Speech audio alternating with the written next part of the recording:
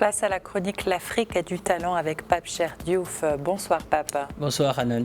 Ce soir, vous allez nous parler d'une borne de désinfection made in Morocco. Effectivement, c'est un atout de taille dans la lutte contre le coronavirus. Elle a été conçue par un fils du royaume, Anis Kirama qui ne compte plus les heures de travail. Si vous en souvenez, il y a de cela 3 semaines, on avait parlé de lui. Il avait déjà lancé une boîte de désinfection et là, il nous revient avec cette borne de désinfection à 4 niveaux, très pratique. Comment ça fonctionne? Le premier étage permet par exemple de désinfecter nos téléphones en utilisant les rayons ultraviolets, nos téléphones qui sont de véritables nids à microbes. Ensuite, il y a cette partie qui détecte la présence de nos mains. On y retrouve un distributeur automatique de gel et un contrôleur de température. Et lorsqu'on a les mains bien nettoyées, voilà, on peut prendre quelques mouchoirs, pas trop, juste 2 suffisent. Nous devons aussi rester écolo, c'est important. Et si vous avez terminé, mettez-les dans cet étage qui sert de poubelle, voilà. Et dans le pack, on retrouve aussi un tapis désinfectant pour les chaussures. C'est une borne de désinfection, vous l'avez vu, qui est facile à installer dans les entreprises, les restos, les hôtels, à la maison aussi. Sa commercialisation a démarré. Le pack de 4 étages est vendu à 3500 dirhams.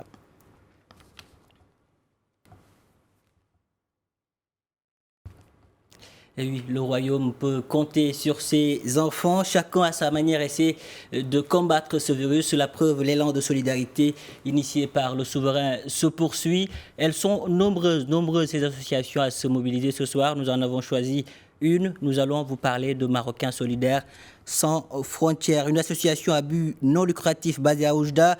Mais ses actions sur le terrain s'étendent sur toute la région orientale. Durant cette pandémie, l'association très présente sur la toile multiplie les campagnes de sensibilisation sur la nécessité de respecter les gestes barrières. Ses membres donnent avec le cœur. Par exemple, durant le Ramadan, ils ont distribué 1000 paniers de vivres à 1000 familles.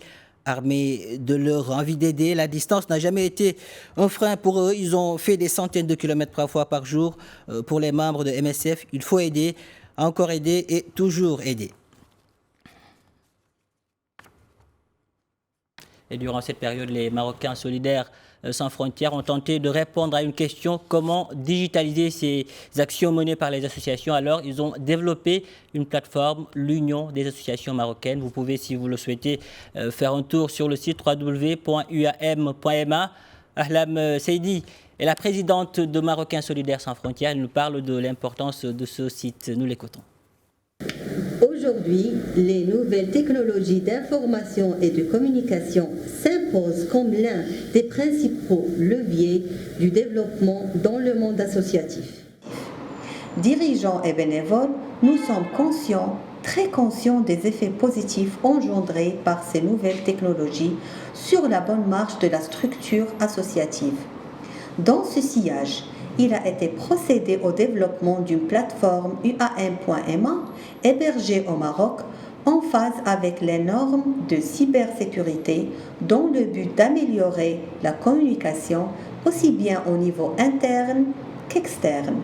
Il s'agit d'un nouvel outil numérique permettant de faciliter la collaboration entre associations en vue d'implémenter et d'exploiter cette plateforme et ce, en leur offrant une formation et un accompagnement pour une manipulation efficace de la dite plateforme.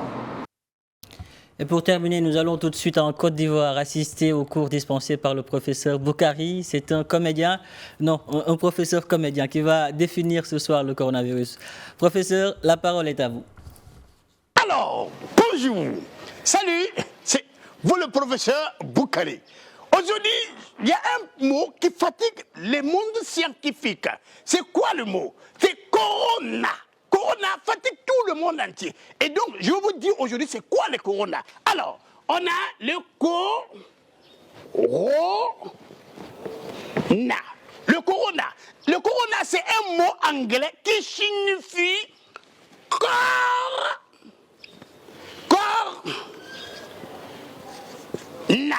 Corona. Et le corona, on entend ça souvent dans les matchs de football.